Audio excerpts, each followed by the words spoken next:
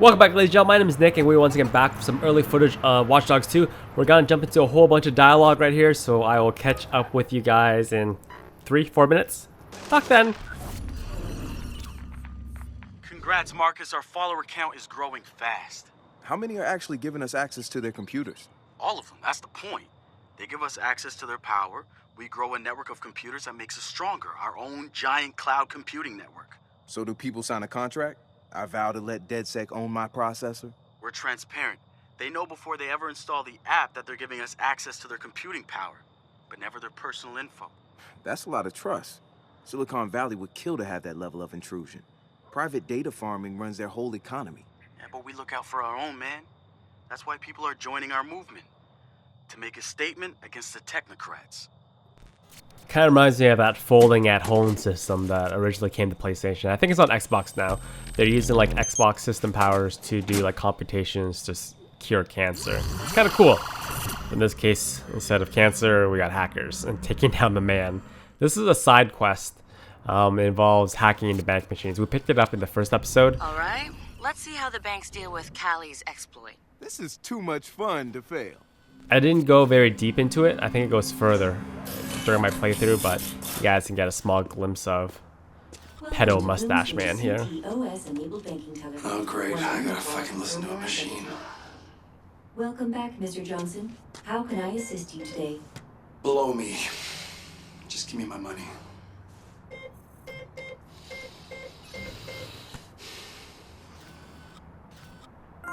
Congratulations, Mr. Johnson.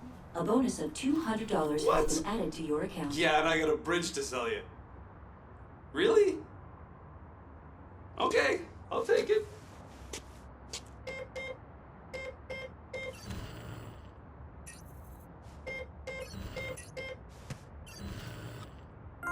Congratulations again. Enjoy a bonus of $1,000.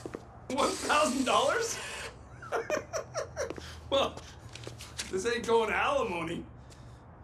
Happy hour, here I come. You know, this guy is a real winner. This fool doesn't believe in savings account, man. He just goes straight up spending that cash and make it rain at the bar. But anyways, this is some more early gameplay footage of Watch Dogs 2 from a San Francisco event that I did last week.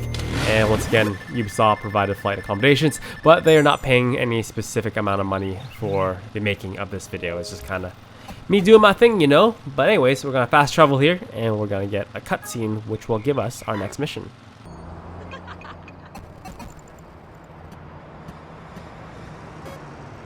Once again, I'm not allowed to show you guys the open world map as well as Marcus's skill tree. So if you see any weird cuts and transitions, then that's the reason why they're there. It's just all held back by embargo.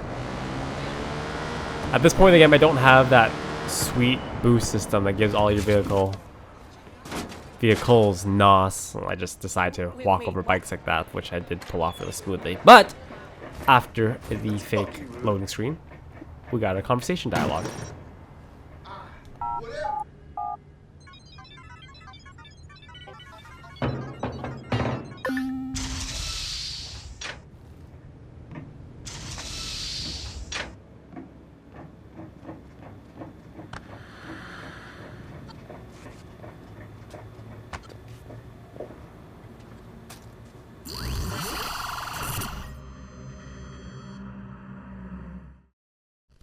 Yo, Marcus, have you seen the trailer for the new Jimmy Siska movie? No, it's out. Hey, pull it up, No, man. no, not on this. For this, we need perfect sound. We need a big screen. We need to be comfy. You're right. We need quiet. Have you seen it yet? No, man, I waited for you. You're the best. Thank you. All right, everybody, we're gonna watch the trailer. Shut the fuck up. Shut up. In a world where technology connects everything, I'm not looking for justice, goddammit. one man prowls the information superhighway in search of cyber justice. I'm looking for cyber justice. Simple line of code could devastate the whole world. It's gonna be a cyber catastrophe. Cyber Driver. Hit him with the code flurry, Chip.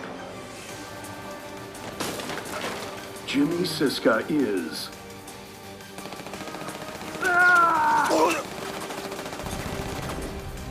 Got no choice, kiddies. Follow me or die. Devin Von Devin. We gotta get these hackers somewhere safe. They aren't hackers, Devin. They're just script kiddies. Hey, the car answered. This ain't your mama's smart car. I think next time we're gonna need a higher firewall, pal. Cyber Driver. Action hero badass. Talking car, admit it, Josh. The car is cool.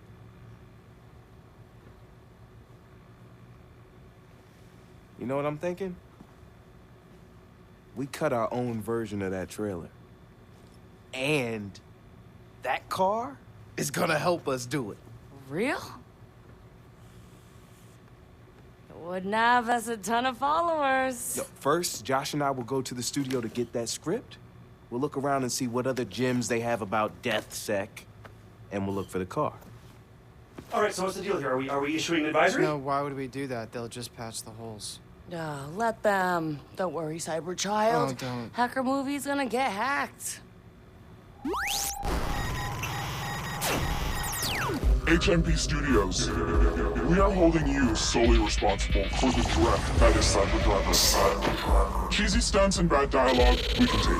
But you've insulted our intelligence, and that we can't excuse. It seems like you could do with a lesson on what hackers are capable of. And since you didn't come to us to learn, we'll come to you to teach. We are launching Operation Hack and Run. We'll show you what hackers can do. We are DedSec. So someone actually raised a really good point in part 1 where they said they didn't like the writing in this game and the general tone and all the sarcasticness and all the satire. And when I was really thinking about it, I thought to myself, you know what, that is a very good point, that this game will not be for everyone. It's not as crazy as I would say like a Saints Row game in terms of its like narrative, but it's kind of getting to that point. Like I said, the game is just very sarcastic, a lot of satire, and that may not be for everyone, just like how Saints Row isn't for everyone. So this entire mission, this specific mission, as you can probably tell, is a big spoof on David Hasselhoff and Knight Rider and those cheesy 70s, 80s sitcoms. And in the first mission, we did that kind of mini mission. Was gonna be good. Well, yeah, sure. They're fun to laugh at. Cool, he said. Did I actually say cool? Here's what we know, Josh. Cyber Driver is shaped up to be $1 million cyber-tastrophe. I know you're trying to get my goats with that word. I don't want that, man. Keep your goats. Why would Galilei allow their name to be sullied? You mean cyberized? You can keep trying, but it will never be funny to me. I'm not gonna lie. If those scenes were what they chose for the trailer, yeah, the rest of it's gonna be jack shit. And why they chose to target DedSec is curious. Well, Chicago was a big deal. True. Anyway, don't worry. You and me are prowling the information highway to seek out our own cyber justice. Look, Josh, we're gonna have fun with this. And I promise I won't say cyber anymore. You know, after this, the cyber world will never be the same.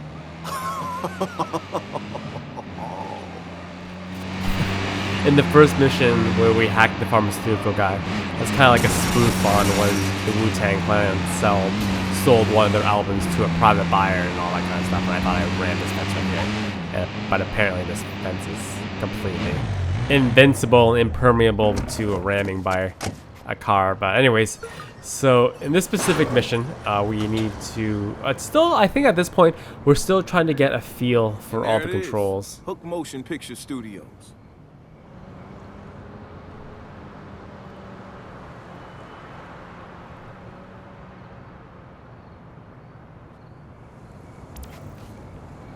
So Watch Dogs 2 is like an open world game, and I feel like basically every game that's going to be coming out near future is going to have some sort of concept of open world. More recently, I have played Mafia 3, just to kind of give you... they're not really similar in any type of way, but they're still... to give you guys an idea, because if you guys have watched my series before, you guys kind of have like a fresh idea what that game is all about. So Mafia 3, definitely I prefer the story to that game, but what really killed that game was the mission structure. But I find like the mission structure in this game is a lot more diverse and varied, so it's a lot more fun. You're not like trying to grind through missions to kind of complete the storyline. And in this game as well, your objective and how the story is going to progress, it throws so many curves at you. I had no idea what was going to happen next in terms of the missions and what was going to happen. I decided to try to approach this as a stealth way, so I would park this truck and get into the top roof right here, make as least noise as possible, but I try my best. And what you quickly learn about this game is you have a lot of ways to do things.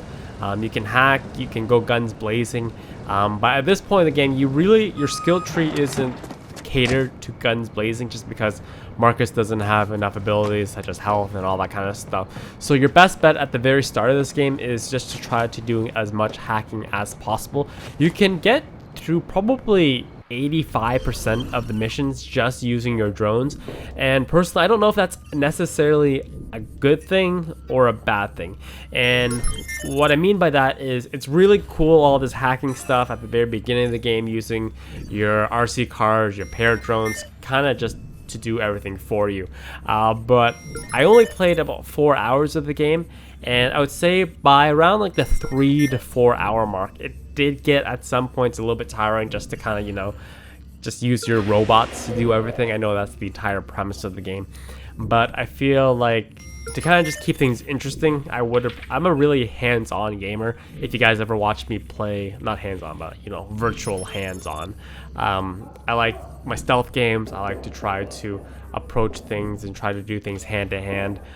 If it gives me an option to do things stealth, take down guys by hand, I will try to do that. But eventually you kind of get separated. The game comes a little bit separated when you keep constantly having to do things through robots, just because it's honestly the most efficient way of making sure that Marcus doesn't get killed. So hopefully maybe it doesn't become too tiring. It's probably my biggest gripe right now about the gameplay. And in terms of technical aspects, I'm not a real huge fan of this filter that they decided to use with the hacking system. I think they could have done a little bit more refined. It's kind of distracting, just very buzzy. One game that did it really well, it's kind of like the same premise as the Batman Arkham series, but I didn't find that detective mode to be nearly as intrusive as this one was. It was a little bit more well done. In this case, this hacking station right here, actually you have to have connection to be right in front of it with whatever drone that you plan to use.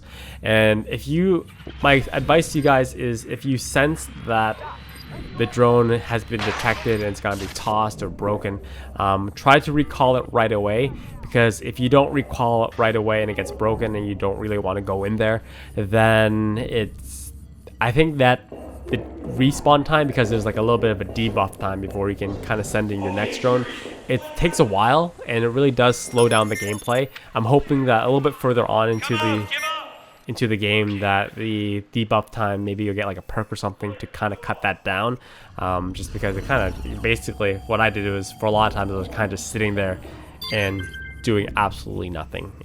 But in this case, I decided to try to get the security keys as I waited for the refresh time on the drone to fill up, and then I can send it in again.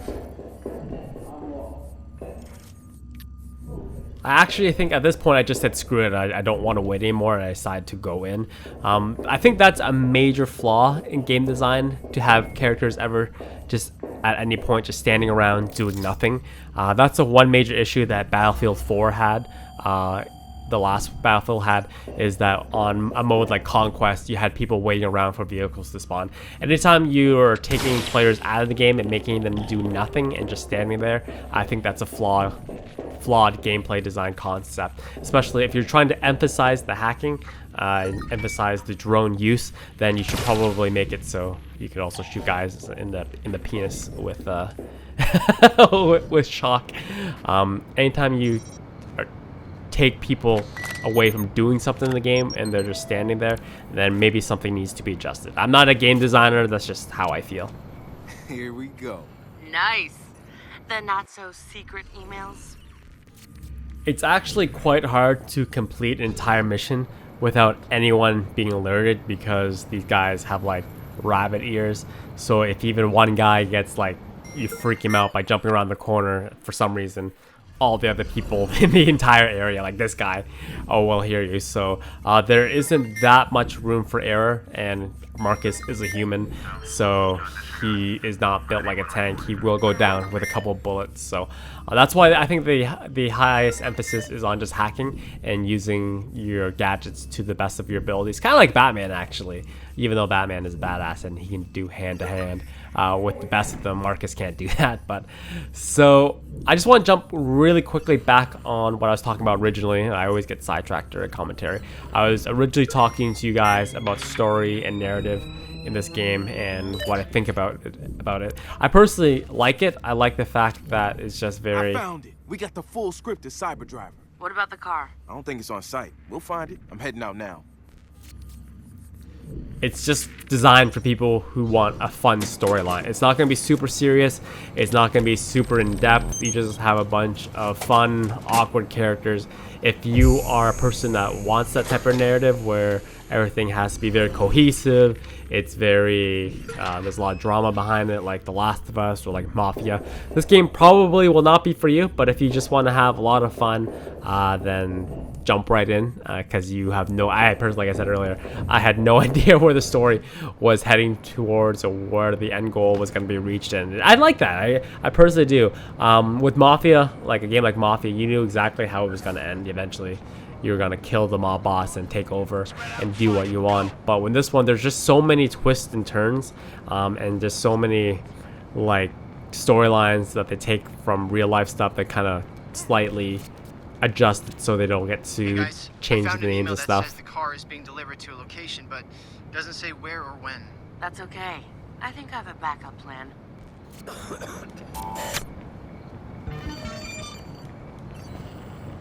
The next part of this mission is physically stealing the car so we can bring it back to HQ and do our DedSec enhancements for it, so we can kind of take control and do some joyriding. And what you're gonna see here is me messing around with some hobos, which is very indicative of San Francisco.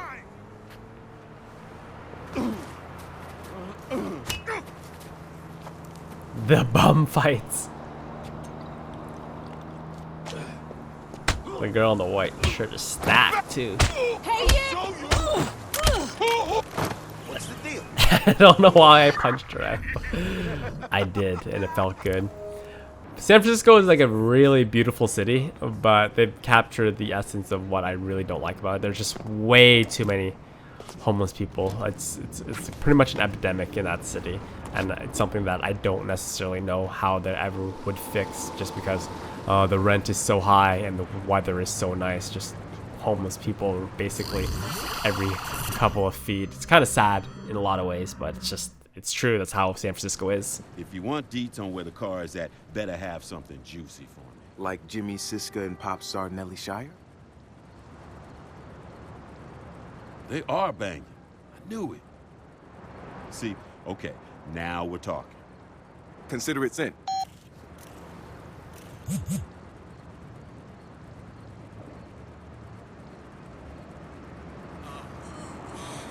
Hella cool. Coolosity.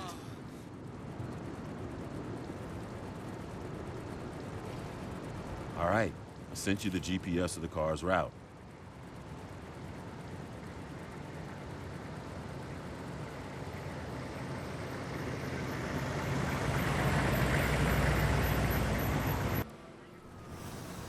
So the next part is to finally just... Actually, the next part is to jump off a building like Superman and do a barrel roll. Do that superhero landing, hard on the knees. So we needed to go get the car, which is in this trailer, which is guarded by a shit ton of cops. This was my second attempt at it. My first attempt, what I tried to do is I tried to go hands-on with my little stun gun and shoot guys and cops and try to take them off one by one. That didn't work. It just ended up dying and attracting a shit ton of police because they can call in more backup. So this time I once again did what I think the game really wants you to do, is just make use of all your gadgets. So what I do is I overloaded this circuit right here, and then I played a noise so the cop will kind of approach it. Once the cop gets into that little cone right there, it'll give him a nice electrical shock. And if no one else is around, you make sure that he follows it on really silently, and there are more cops in the area, so I had to once again overload this circuit, lower him, and then allows me to jump over the trailer and unlock the car. And we're kind of going through a little bit of a mini GTA escape scene where you're getting just bamboozled by a bunch of cruisers. Once again, still using your abilities just as you did in Watch Dogs 1 to change lights, make water lines explode, as well as just, I don't know, lowering ramps on other cars so you can fly over them, all that kind of stuff. There's some actually really hilarious dialogue scene during the chase, so I'm not going to talk over it. I want you guys to just have fun and listen to it. It's actually quite funny. So that's going to be it for me for the rest of this commentary. It's basically all just cutscenes and conversation till the end of it. So I will see you guys in part 3, where we'll basically just keep continuing our adventure through early gameplay of Watch Dogs 2. So hopefully you guys enjoying. As always, if you're enjoying, drop the video a quick thumbs up, and I shall see you guys next, alright? As always, have a nice day. Powering. System check. Sweet! Let's roll. All units, we're in pursuit of a stolen vehicle from the movie studio. Copy that. Suspect on the run. We have an eyewitness. Suspect is described as follows. Do you feel the need? The need for speed.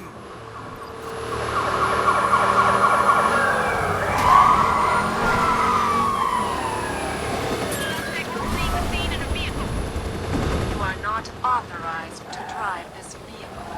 Well, I'm authorizing myself, motherfucker. Rich, you hear this? The car's talking.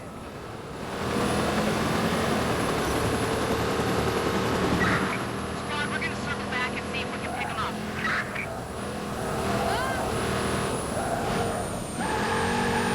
Be advised. Dispatch, can you run a check? Is this a part of the movie?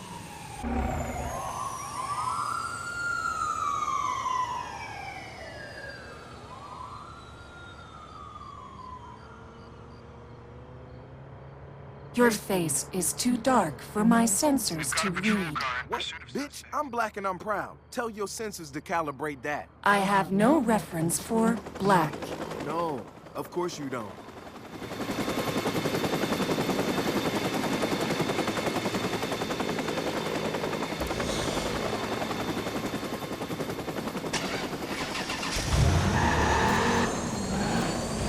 I'm clear. Meet you at the garage. On my way. Keep your hands and feet inside the tornado at all times. Hang on to your innards, Devin. Together, we will carve up the streets. Wait, did you just say a line from the movie? Rich, you hearing this? I am one nitrous-jacked smart car.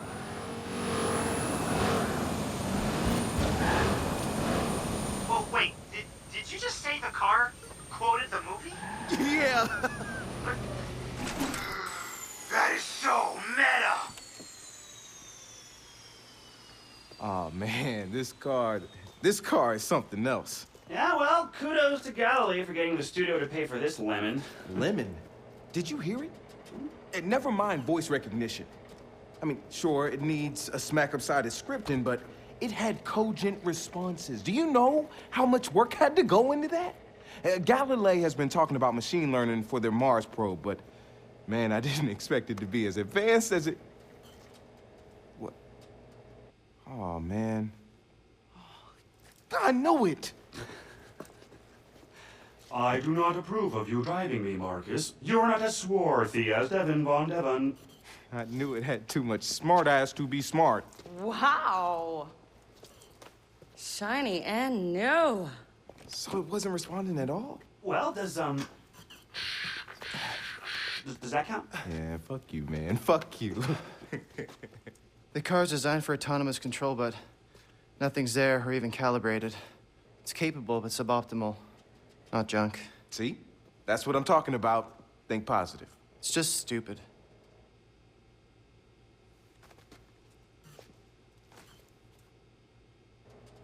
So that's the plan? Fix a smart car the space company couldn't? Problem? No, we got this.